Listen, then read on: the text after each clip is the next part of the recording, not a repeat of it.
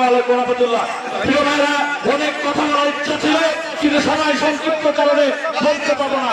একটি কথা বলতে চাই যে আপনারা জানেন 2008 সাল থেকে 24 সাল থেকে রাইফেল তার সংগ্রাম যার নেতৃত্বে প্রত্যেকটা প্রধান হয়েছে, যার সমস্ত অর্থায়ন হয়েছে, যারা আব্দুল মান্নান তালুকদারের নেতৃত্বে হয়েছে, তার রাইফেল তাসের বাইরে যে যার এলাকার বাইরে অন্য জায়গাতে তারা কোন রকম কোন সাংগঠনিক কর্মকে অংশগ্রহণ করেছে আমার। কিন্তু একমাত্র মান্নান তালুকদার যুক্ত হচ্ছে সেই সবজেলির 17 সাল থেকে রাইফেল তারা সলঙ্গার প্রত্যেকটি প্রোগ্রামে প্রত্যেকটি মিটিংয়ে তার বস্ত্র অবস্থানের তথ্য দিয়ে সমস্ত প্রোগ্রাম সম্পূর্ণ হচ্ছে প্রিয় ভাইরা আমার। আরেকটি কথা আমি বলে শেষ করবো।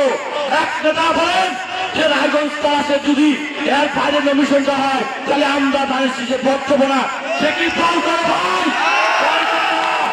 যদি আমরা যদি বিএনপি করি, আমরা দেশের তারেক রহমানের কাছে উদাত্ত আহ্বান যে আপনার কাছে হয়তো ভুল মেসেজ চলে গেছে।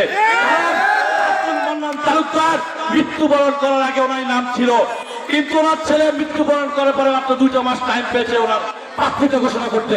হয়তো আপনার কাছে সঠিক উপস্থাপন হয়নি, তাই আমি অনুরোধ করবো আপনার পূর্ণ তদন্ত মাধ্যমে যাকেই নমিনেশন দেবেন তার পক্ষে আমরা থাকবো ইনশাল্লাহ। বলবো না যে আমরা আমাকে কিছু থাকবো আমাকে কিছু থাকবো না। আমরা চাই পূর্ণ তদন্ত করে সুস্থ নেতৃত্বের কাছে তার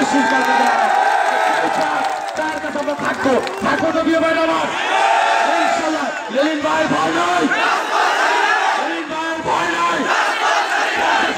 তালুকদারের পক্ষ থেকে আপনাদের কাছে আজীবন কৃতজ্ঞতা প্রকাশ করছি। আপনার পূর্ব যেমন ছিলেন এখন আছেন, কিন্তু ভবিষ্যতে আপনারা থাকবেন এবং আমাদের চেষ্টা পর্যন্ত আমরা আপনাদের পাশে থাকবো। এই বলে আমি বক্তব্য শেষ করছি। খোদা হবে। বাংলাদেশ জিন্দাবাদ। এই পর্যায়ে বক্তব্য চালু করছি। আপনাদের